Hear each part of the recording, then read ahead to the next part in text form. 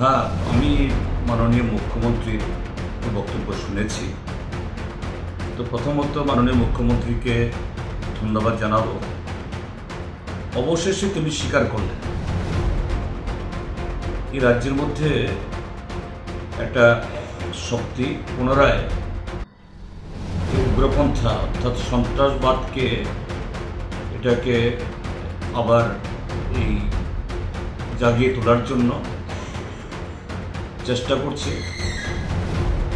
আমরা আরও 6 মাস আগে থেকে কথাগুলো বলে আসছি, বিশেষ করে আমাদের এই প্রাক্তন মুখ্যমন্ত্রী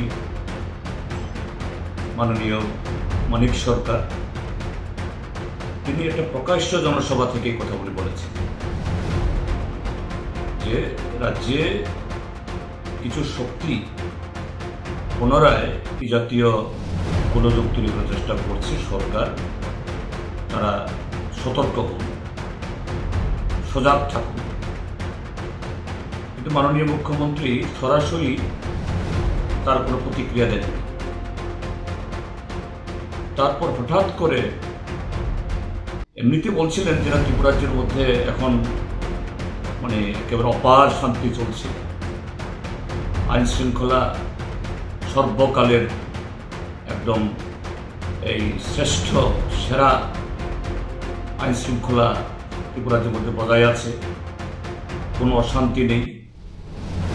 কিন্তু আমরা দেখলাম হঠাৎ করে 584 জন সন্ত্রাসবাদীকে নিয়ে তিনি আত্মসমর্পণ করালেন, যে অনুষ্ঠানে আমাদের দেশের মাননীয় স্বরাষ্ট্রমন্ত্রী অমিত শাহ তারও উপস্থিত থাকার কথা ছিল, কিন্তু অজ্ঞাত কারণে তিনি আসেননি।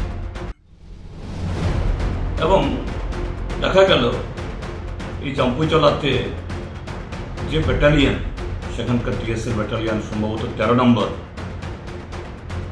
যে 13 নম্বর ব্যাটালিয়নের জওয়ানরা শুধু একটা ঘটনাতে প্রায় 20 জন জওয়ান আত্মাহুতি দিয়েছেন হীরাছড়াতে।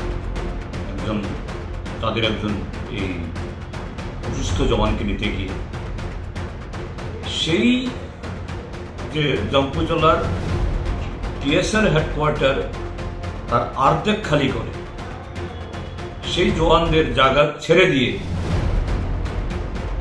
যে এই উগ্রপন্থী বা যে গ্রুপটাকে সারেন্ডার করানো হয়েছে, কারণ এত লোক নেই, তাদের লোক জমাতে হবে, নতুন নতুন লোক নিতে হবে। এবং গোটা করে মাননীয় মুখ্যমন্ত্রী বললেন এরা স্বাভাবিক জীবনে ফিরে এসছে, কোনো বলা নেই কওয়া নেই।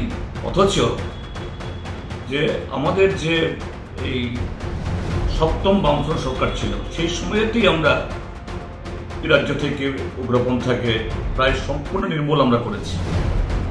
অল্প কিছু তাদের এই লোক ছিল বাংলাদেশে, যাদের এই দাঁত পড়ে গেছে, এদের হাঁটা চলার ক্ষমতা নেই, সেরকম অ্যাকশন করার ক্ষমতা নেই, নতুন লোক পাচ্ছে না। এরা নানাভাবে এপারে আসার জন্য চেষ্টা করছিল। এই সরকার তাদেরকে তোয়াজ করে আরো কিছু লোক, যেমন দেখা গেছে আমরা পত্রপত্রে দেখেছি, এদের বয়স কারোর এই 18, 19, 20, 21, 22। তার মানে হলো যে সময়তে ত্রিপুরা রাজ্যে উগ্রপন্থার যে দাপট কমেছে, প্রায় এরা কুণ্ঠাসা মাননীয় ডক্টর মানিক সাহার হাত ধরে যারা সেদিন 584 জন এই স্বাভাবিক জীবনে ফিরে আসে, ধরতে হবে তাদের বয়স তখন 6-7 বছর ছিল। তাহলে এই যে এত বছরগুলো কোথায় তারা তাদের সে অপারেশনগুলো করত? যাই হোক,